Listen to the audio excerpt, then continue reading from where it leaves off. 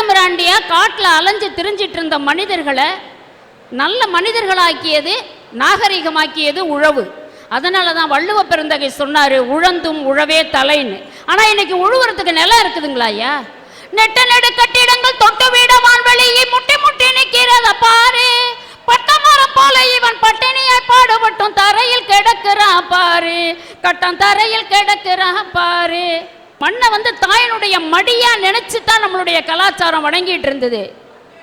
ஆனால் இன்னைக்கு அந்த கலாச்சாரமும் பண்பாடும் சீரழிஞ்சிட்டு இருக்குங்க ஐயா. ஐயா, ஒருவனுக்கு ஒருத்திங்கிறதா நம்மளுடைய தலையாய பண்பாடு இல்லைங்களா? எங்கள் அப்பா ஒரு காந்தியவாதிங்க ஐயா, ஒரு பள்ளி ஆசிரியர். எனக்கும் திருமணம் செஞ்சு வச்சாங்க ஐயா. திருமணம் நடந்தது. திருமணத்தன்னைக்கு சாயந்தரமே 6 மணிக்கெல்லாம் எல்லாரும் அவங்கவுங்க கணக்கு வழக்க பார்த்துட்டு இருக்காங்க. நான் என்னுடைய தோழிகளோட பேசிகிட்டு இருக்கேன். ஆனால் என்னுடைய கணவர் மட்டும் எங்கே போனாருன்னு தெரியல. மறுநாள் காலையில் விடிஞ்ச 10 மணிக்கு மேலே தான் வந்தாருங்க ஐயா என்னுடைய புருஷன். அப்போ தான் தெரியும் எனக்கு அவருக்கு வேறு ஒரு மலையாள பெண்ணு கூட தொடர்பு இருக்குன்னு சொல்லிட்டு. அப்போ என்னுடைய மனநிலை எப்படி இருந்திருக்குங்க ஐயா? எங்கள் அம்மா சொன்னாங்க, உனக்கு பின்னால் 5 பிள்ளைங்க இருக்காங்க, அந்த பிள்ளைங்களும் தலையெடுக்கணும், அந்த பிள்ளைங்களுடைய எதிர்காலத்தை நினச்சி பார்த்து நீ வாழணுமான்னாங்க. அப்படியும் நான் வாழ்ந்தேன். எனக்கு வயிற்றுல 3 மாதம் கருவாச்சு. கரு உதிச்சதுக்கப்புறம் தான் தெரிஞ்சுது நான் அவருடைய பார்வையிலேருந்து சுத்தமாகவே விலகி போயிட்டுருக்கேங்கிறது. எனக்கும் குழந்தை பிறந்தது. குழந்தை பிறந்ததுக்கப்புறம் நான் பட்ட அடி, உத, அவமானம் அவர்கிட்ட கொஞ்சம் நெஞ்சம் கிடையாதுங்க. நான் பட்ட துன்பத்தை எந்த பெண்ணாலையும் தாங்கவும் முடியாது. நான் அப்படி தாங்கினேன்னு சொன்னால் எனக்கு என்னுடைய தாயும் தகப்பனும் தான் அதுக்கு தூணாக இருந்தாங்க. எனக்கு உறுதியை கொடுத்தாங்க, பலத்தை கொடுத்தாங்க ஐயா. அப்படிப்பட்ட சூழ்நிலையில் ஒரு நாள் இரவு என்னுடைய குழந்தைக்கு 1 வயசு 3 மாதம் குழந்தைக்கு உடல்நிலை சரியில்லை. இவர் அப்பப்போ வீட்டுக்கே கூட்டிகிட்டு வர ஆரம்பிச்சிட்டாரு. முன்னாடி அறையில் அவங்க படுத்திருக்காங்க, சமையல் அறையில் நான் குழந்தையோட படுத்திருக்கேன். இரவு 1 மணிக்கு போய் நான் அவருடைய கதவை தட்டக்கூடிய ஒரு துர்பாக்கிய நிலைமை எனக்கு ஏற்பட்டுச்சுங்கய்யா. நான் போய் அவருடைய கதவை தட்டும் பொழுது அவர் சொல்கிறாரு, குழந்தைக்கு உடம்பு சரியில்லைங்க, நம்ம ஆஸ்பத்திரிக்கு போகணும், மணி 1 ஆயிடுச்சு, என்னால் தனியாக போக முடியல அப்படின்னு நான் சொல்கிறேன். இந்த பொம்பளை பிள்ளை என்ன செய்ய போகுது நாளைக்கு? ஒன்று முடிஞ்சால் எத்தனையோ தர்மாஸ்பத்திரி இருக்கு, நீ கொண்டு போய் காட்டு, இல்லைன்னா அதை கொண்டு குழியை தோண்டி புதைன்னு சொன்னாருங்கய்யா. நான் தூக்கிட்டு என்னுடைய தாய் வீட்டுக்கு வந்துட்டேங்கய்யா, எங்கள் அம்மா வீட்டுக்கு வந்தேன். ஆனால் எங்கள் அம்மா வீட்லேயும் என்னால் இருக்க முடியாது. ஏன் தெரியுங்களா ஐயா? எனக்கு பின்னாடி 5-6 பிள்ளைங்க இருக்கு. ஆனால் எங்கள் அப்பா கொடுப்பார் பாருங்க தைரியம் எனக்கு. புத்தர் பிரான் சொன்னாராம் மஞ்சுஸ்ரீ கிட்ட, சாகும் பொழுது ஏன் நீங்கள் இவ்வளோ கஷ்டமாக இருக்கீங்க, எல்லாரும் அழுதுட்டு இருக்கீங்கன்னு கேட்டப்ப, இல்லைங்கய்யா உங்களை குருவை இழந்துட்டா நாங்கள் என்ன செய்வோன்னு கேட்டாங்க. அப்போ உனக்கு நீயே ஒளியாயிருன்னு அப்போ தீபோ பவன் சொன்னார். எங்கள் அப்பா அந்த வார்த்தையை அடிக்கடி எனக்கு சொல்லுவாருங்கய்யா. நான் எனக்குள்ளேயே நான் ஒளியானேன், எனக்குள்ளேயே நான் தைரியத்தை வளர்த்துக்கிட்டேயா. நான் சீக்கிரம் அழமாட்டேன். இப்பெல்லாம் நான் அழுது கரைஞ்சு ஓச்சு தேஞ்சு போனேங்கய்யா. அப்போ எங்கள் அம்மா சொன்னாங்க, உன்னால் பாட முடியும், நீ நல்லா பாடணும், நீ நல்ல மேடைகளில் ஏறி பாடணும், உனக்கு நல்ல தமிழ் இருக்குது, உன்னுடைய அறிவு இருக்குது, நீ பயன்படுத்துன்னு சொன்னாங்க. நான் அழகாக அதுக்கப்புறம் நிறைய எழுத ஆரம்பித்தேன், பல மேடைகளில் பாட ஆரம்பிச்சேங்கய்யா. ஆனால் வாழ்க்கையில் ஒன்று மட்டும் சொல்லுவேங்கய்யா, அதாவது எந்த ஆம்பளையும் எந்த ஆண் மகனும் நம்ம கொடுக்கிற இந்த தாலி கயிறு உண்மையிலேயே அவ கழுத்துக்கு தாலி கயிறா தான் இருக்கா அப்படின்னு அந்த தாலி கயிறை கொடுக்கறதுக்கு முன்னாடி கொஞ்சம் யோசனை பண்ணணுங்க ஐயா. கலாச்சாரம் சொல்றமே, நம்ம நாட்டில் ஒருத்தனுக்கு ஒருத்திங்கிற கலாச்சாரம் தானே. இன்னைக்கு எவ்வளவு சீர்கெட்டு போயிருக்கு பாத்தீங்களா? எவ்வளவுதான் இந்த காலத்துல எப்படிதான் கலாச்சாரத்தையும் பண்பாட்டையும் வித்து சுட்டு தின்னுட்டு இருந்தாலும் கூட என்னால அவரை கொடுத்த இந்த தாலியை மட்டும் என்னால என்ன கழட்ட முடியலங்கய்யா. இந்த தாலி தாங்க ஐயா என்னுடைய ஆதாரம்.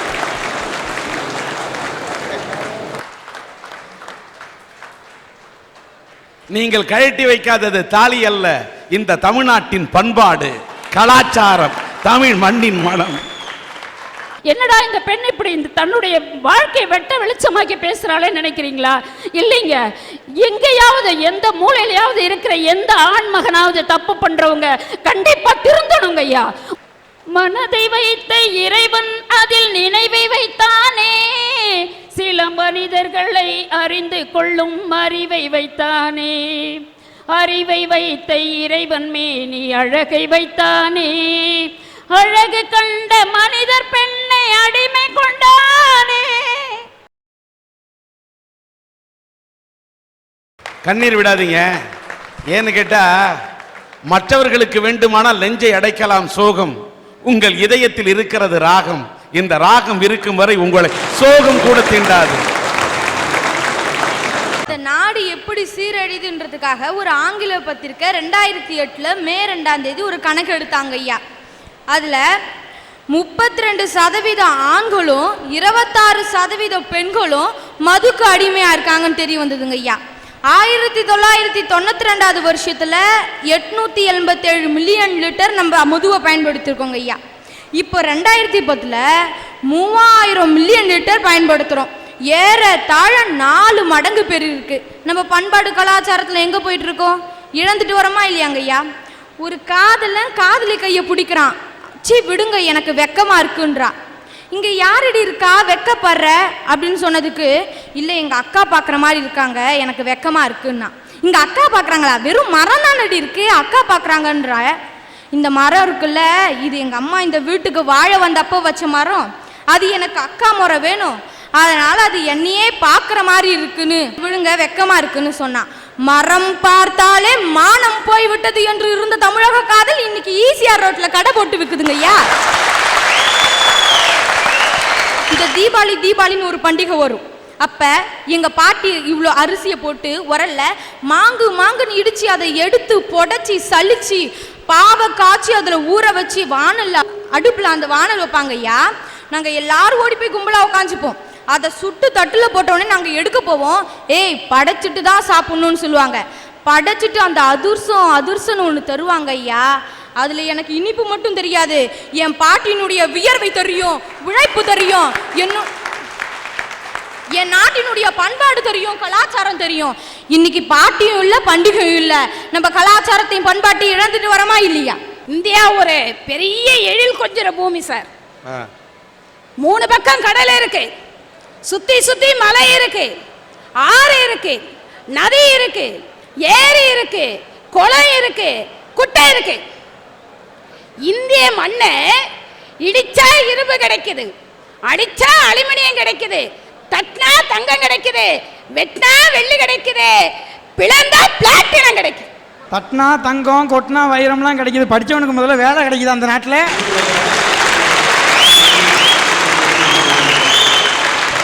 எல்லாம் இருக்கு, ஆரோக்கியம் இன்னைக்கு இல்லையா? காலை மாலை உழவினிடம் காற்று வாங்கி வருவோரின் காலை தொட்டு கும்பிட்டு காலன் ஓடி போவானே. வாக்கிங் போகணும், காலையிலையும் மாலையிலையும் வாக்கிங் போகணும். நானும் அப்படிதான் வாக்கிங் போனேன். போற இடத்துல பார்த்தீங்கன்னா தொழிற்சாலையிலிருந்து வரக்கூடிய புகை, சிகரெட் பிடிக்கிறதுல இருந்து வரக்கூடிய புகை, வாகனத்துல இருந்து வரக்கூடிய புகை, எப்படிங்க நான் ஆரோக்கியமா இருக்க முடியும்? யோசனை பண்ணி பாருங்க. அந்த ஆரோக்கியத்தை இன்னைக்கு நம்ம இழந்துட்டு இருக்கோம்.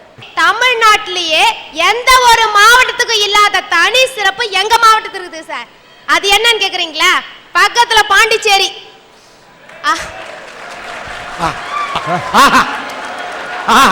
என்ன அப்படியே தானாடாட்டாலும் தசை ஆடுது உனக்கு. இப்பதாமா என் வயிற்றுல பால வாத்து இருக்கிறது. அதுக்கு எதுக்கு சார் பாண்டிச்சேரி வரைக்கும் போகணும்? பக்கத்துல மதகடிப்பட்டு இருக்கு. அது மதகடிப்பட்டு இல்ல சார், மதகுடிப்பட்டு. இது எப்படி தெரியுங்களா? இங்க கொடுத்தா 70, அங்க கொடுத்தா 27. பஸ்ஸுக்கு போக 5 ரூபா, வர 5 ரூபா, மொத்தம் 36 ரூபா. சரி ஓகே, அங்க கம்மியா இருக்கு, நீ போற முடிஞ்சிருது. அதோட இருக்க வேண்டியதானே. வீட்டுக்கு வர பட்டு போல பாத்துக்க வேண்டிய பொண்டாட்டிய பட்டு நடிக்கிறிய சார். எங்க சார் போச்சு அன்பு? நம்ம அன்பதானே சார் இழந்துகிட்டு வரோம். ஏன் அவன் பட்டு அடிக்கிறானா? அதுல ஒரு ரகசியம் இருக்கு. அதாவது காந்தி ஜெயந்திக்கு லீவ் விடுறீங்க, காந்தி நினைவு நாளுக்கு லீவ் விடுறீங்களா? நம்ம ஆளுக்கு கவர்மெண்ட்டுக்கே தெரியும் சார். நம்ம மனுஷன் சோகமா இருந்தா குடிப்பான், தொக்கம் துண்டை எடுத்தா குடிப்பான். காலையில எழுந்து உங்க மூஞ்ச பார்த்தோன்னே நேரம் அங்கதானே போத்தோம். வாசகிக்கு வள்ளுவரும் கஸ்தூரிக்கு காந்திஜியும் பாசமோடு பூட்டியது எந்த கயிறு? எங்க பாட்டியோட பாட்டி வந்து தந்த கயிறு. ஹரிச்சந்திரன் சந்திரமதி அம்போன்னு நிக்கையிலே அடையாளம் காட்டியது எந்த கயிறு? ஹரிச்சந்திரன் சந்திரமதி அம்போ நினைக்கையிலே அடையாளம் காட்டியது எந்த கயிறு? இது அடகு வைக்க முடியாத சொந்த கயிறு. ஆமா சார், அடகு வைக்க முடியாத சொந்த கயிறு தான். எப்போ? அந்த காலத்துல பெண்கள் மஞ்ச கயிறுல தாலி போட்டிருந்தாங்க, அப்ப அடகு வைக்க முடியாத சொந்த கயிறா இருந்துச்சு. ஆனா இன்னைக்கு எத்தனை பெண்மணிகள் மஞ்ச கயிறுல தாலி போட்டிருக்காங்க? ஏதோ ஒரு சிலர். மற்ற பேர் எல்லாமே தங்க செயின்ல எடுத்து தாலியை போட்டுக்கிறாங்க. எங்க இருக்கு தாலியோட மகிமை? அதனால தாங்க சொல்றேன், இன்னைக்கு நம்ம இழந்துகிட்டு இருக்கிறது எதுன்னு பாத்தீங்கன்னா கலாச்சார பண்பாடு சிறப்புகள்னு. இன்றும் வசதி இல்லாமல் மஞ்சள் கயிறை நெஞ்சத்திலே சுமந்து கொண்டு கயிற்றை மட்டுமல்ல தன்னுடைய கணவனின் உணர்வையும் நெஞ்சத்திலே சுமக்கக்கூடிய நல்ல பெண்களும் இந்த நாட்டில் இருந்து கொண்டிருக்கின்றார்கள். அப்படிப்பட்ட எம் குலத்து பெண்கள் இருக்கின்ற காரணத்தால் தான் இன்றைக்கும் அவர்கள் மஞ்சள் அரைத்து குளிக்கின்ற காரணத்தால் தான் நெற்றியிலே 4 அளவுக்கு 8 அளவுக்கு 1 ரூபாய் அளவுக்கு நாணயத்தோடு வாழ்கின்ற காரணத்தால் தான் நாணயம் போல் நெற்றியிலே குங்குமத்தை வைக்கின்ற காரணத்தால் தான் இன்றைக்கும் தமிழ்நாட்டிலே மழை பெய்து கொண்டிருக்கிறது. தாயே சார், நான் கள்ளக்குறிச்சியில இருந்து வரேன். கள்ளக்குறிச்சியில இருந்து விழுப்புரத்துக்கு நானும் எங்க அம்மா அப்பா பஸ் எதிர்பார்த்துக்கிட்டு இருந்தோம். பஸ்ஸும் வந்துச்சு. அந்த கண்டக்டர் என்ன சொன்னாருன்னா, பின்னாடி போய் ஏறுன்னாரு. பஸ்ஸில் நிற்கிறதுக்கு கூட இடம் இல்லை சார், செம்ம ரஷ். இப்படியோ தடுமாறி முன்னாடி வந்து சேர்ந்துட்டோம். நாங்கள் நின்றுகிட்டு இருந்ததுக்கு முன்னாடி சீட்டில் பார்த்தீங்கன்னா அழகா ஸ்லிம்மாக ஒரு அக்கா உட்காந்துருந்தாங்க. ஒரு சுடிதார் போட்டிருந்தாங்க, என்ன மாதிரி சிண்டு போட்டிருந்தாங்க, கையில வளையல் போட்டிருந்தாங்க, செயின் போட்டிருந்தாங்க, தோடு போட்டிருந்தாங்க சார். நானும் அவங்க பக்கத்துல போய் நின்னுகிட்டேன். நம்ம அண்ணாச்சு செம்ம ஃபாஸ்ட்ல பஸ் எடுத்து போயிட்டு இருக்காருங்க.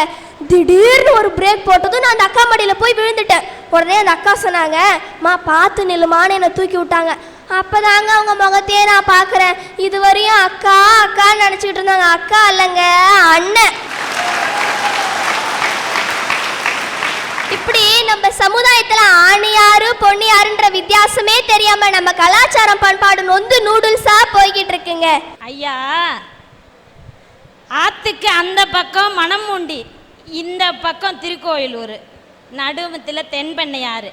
எங்க பாட்டி ஒரு கதை சொல்லியிருக்காங்க ஐயா. தயிர்காரவங்க மணமுண்டியிலிருந்து திருக்கோயிலூருக்கு ஆத்த கடந்து வந்து தயிர் வித்துட்டு போவாங்க. அப்பெல்லாம் பிரிட்ஜ் இல்லைங்க ஐயா. அப்படி திரும்ப போகும்பொழுது வெண்ணெய் உருகிறதுக்குள்ள பெண்ணை உருகும் இல்லைங்களா? தென்பெண்ணை யாரு சீறி பாஞ்சு வெள்ளை பெருக்கா ஓடியாருது. அந்த அம்மா தயிரை வித்துக்கிட்டு வந்துட்டு இருக்காங்க. அந்த கபிலர் குன்றுகிட்ட வந்துட்டாங்க. வெள்ளம் வேகமா வருது. அந்த அம்மா பயந்துருச்சு. இனிமே போனா வெள்ளத்துல போயிடுவோன்னு சொல்லிட்டு அந்த குன்று மேல ஏறி உக்காந்துக்குச்சு. சொல்லுது, இந்த பாரு, என் வீட்டில் என் புருஷன் என் புள்ள குட்டியெல்லாம் விட்டு வந்திருக்கிறான். அவங்கெல்லாம் நான் இல்லைன்னா என்ன ஆகுறது? ஆரே, இதுக்கு மேலே நீ வெள்ளம் வரக்கூடாது அப்படின்னு அந்த அம்மா சொன்னிச்சிங்க. விடிய விடிய அந்த பாறை முழுகவே இல்லைங்க. 1982 கூட ஊரே அழிஞ்சிட்டு போனப்ப கூட அந்த பாறைக்கு கீழே தாங்க தண்ணி போச்சு. இது எல்லாருக்கும் தெரிஞ்ச உண்மைங்கய்யா. அந்த அம்மா விடிஞ்சுது, தண்ணி வடிஞ்சுது, மெல்ல இறங்கி அந்தாண்ட போயிடுச்சு. அந்த கபிலர் குன்றுக்கு அந்த அம்மா உக்காந்துட்டு போன பிறகு இடைச்சி குன்றுன்னு ஒரு பேர் இருக்குதுங்க ஐயா. அந்த தென்பெண்ணையாறு வெள்ளம் கரை விழுந்து ஓடிச்சு. அந்த தென்பெண்ணை ஆற்று தண்ணி தான் நான் குடித்தேன், தென்பெண்ணை ஆற்றுல தான் நான் விளையாடினேன் அப்படின்னு என் பிள்ளைகிட்ட சொல்கிறேன் சார். அவன் சொல்கிறான், ஏமா இம்மா பெரிய புழுகு முட்டி அவுத்து விட்டுக்கிட்டு இருக்கிற? இது ஆறு, இதில் நிறைய தண்ணி ஓடிச்சு, இதில் நீ குளிச்ச. நான் ஆறு நிறைய தண்ணியை பார்த்தேன் சார். என் புள்ள ஆறு நிறைய மணலை பார்க்குறான் சார். நாளைக்கு என் பேரன் வருவான், அவங்கிட்ட நான் காமிக்கிறது என்ன இருக்குன்னு தெரியுங்களா? ஆறு இருந்த இடம். இன்னும் கொஞ்ச நாட்டில் எந்த ஆற்றுலையும் மணலே இருக்காது. அது மாத்திரம் இல்லை சார், இன்னும் கொஞ்ச நாள் ஆற்றுல 2 பேர் வீடு கட்டி அதுக்கு இலவச மனைப்பட்டா வாங்கி முனிசிபாலிட்டியில் போய் வரியே போட்டுன்னு வந்துடுவான். குடிக்க தண்ணி கிடைக்கலையா? இந்த நிலையில எங்கய்யா ஆரோக்கியமான வாழ்க்கையை நம்ம வாழறதுன்னு தாங்கய்யா சொல்ல வரேன். மொழின்றது வார்த்தை இல்ல சார், அது நம்ம வாழ்க்கை. அந்த வாழ்க்கையை தான் சார் நாம இன்னைக்கு இங்க தொலைச்சிட்டு இருக்கிறோம். அன்னைக்கு பாரதி அழகா சொன்னா, யாம் அறிந்த மொழிகளிலே தமிழ் மொழி போல் இனிதாவது எங்கும் காணோம்னா அது அப்படியே இருக்கட்டும். உண்மை என்ன தெரியுங்களா? இன்னைக்கு தமிழ் மொழியை தான் சார் காணோமே. பாரதிதாசன் புதுச்சேரி மாநிலத்துல தமிழாசிரியரா வேலை பார்த்துட்டு இருந்தப்ப குழந்தைங்களுக்கு ஆ என்ற எழுத்துக்கு அடையாளமா அணில்னு எழுதி அணில் படத்தை வச்சிருந்தாங்க. அதை பார்த்துட்டு பாரதிதாசன் பிரெஞ்சு அரசுக்கு ஒரு கடிதம் எழுதுறாரு. என்னன்னு தெரியுங்களா? குழந்தைகளுடைய கல்வி வாழ்க்கை அணில்ல ஆரம்பிக்க கூடாது, அம்மாவுல ஆரம்பிக்கணும்னு சொன்னார் சார். அதை படிச்சுட்டு பிரெஞ்சு அரசும் அணில் படத்தை எடுத்துட்டு அம்மாவை வச்சாங்க. ஆனா இன்னைக்கு பாருங்க, குழந்தைங்களுடைய கல்வி வாழ்க்கை ஆப்பிள்ல ஆரம்பிச்சிட்டு இருக்கு சார்.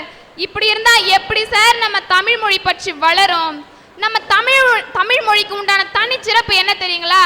இந்த உலகத்துல இருக்கிற மொழி எல்லாமே பிறந்து சிறந்த மொழி, ஆனா நம்ம தமிழ் மொழி மட்டும்தான் சார் பிறந்த மொழி.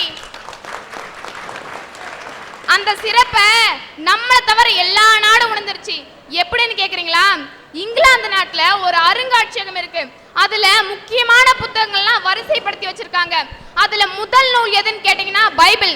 ஏன்னா அது அவங்க மத சம்பந்தப்பட்ட விஷயம். ரெண்டாவதா ஒண்ணு வச்சிருக்கான் பாருங்க, நம்ம வள்ளுவன் தந்த திருக்குறள் சார். அவனுக்கு தெரியுது சார் நம்ம தமிழ் மொழிய முக்கியத்துவம். அவன் நம்ம தமிழ் மொழிய மதிக்கிறான், நாம இங்க மிதிக்கிறோம். அதனாலதான் சார் சொல்றேன், நாம இன்னைக்கு இழந்துட்டு வருது தாய்மொழி பச்சைதானே. நித்தன் நல்லு சோறு நெய் மணக்கும் கத்திரிக்கா, நேத்து வச்ச மீன் குழம்பு எண்ணெய் இழுக்குதையா, நெஞ்சுக்குள்ள அந்த நினப்பு வந்து மயக்குதையா.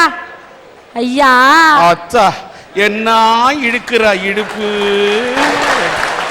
இப்படி உனக்கு மீன் சோத்து மேல இந்த ஆசை இருந்தா ஏன் கணக்காது உடம்பு, ஏன் மணக்காது குழம்பு? ஐயா சாயந்தரம் 6 மணி ஆனா சோறாக்கி வச்சுட்டு வேலை முடிஞ்சு வர்ற வீட்டுக்கார இப்ப வருவாரு எப்ப வருவாருன்னு நடந்து நடந்து காத்துக்கின்னு இருந்தாங்க. இப்ப நாங்கெல்லாம் 6 மணி ஆனதும் ஏங்க வேலை முடிஞ்சிருச்சா, வரக்குள்ள தெருமுனையில இருக்கிற பாஸ்போர்ட் சென்டர்ல ஒரு பேக்கேஜ் எனக்கும் வாங்கிக்கிட்டு நீங்களும் சாப்பிட்டுட்டே வந்துருங்கன்னு சொல்றோம். எப்படியா இருக்கும் ஆரோக்கியம்? ஆரோக்கியத்தை நாம இழந்துட்டோம் ஆதங்கத்துல தான் நான் பேச இப்ப வந்திருக்கேன்.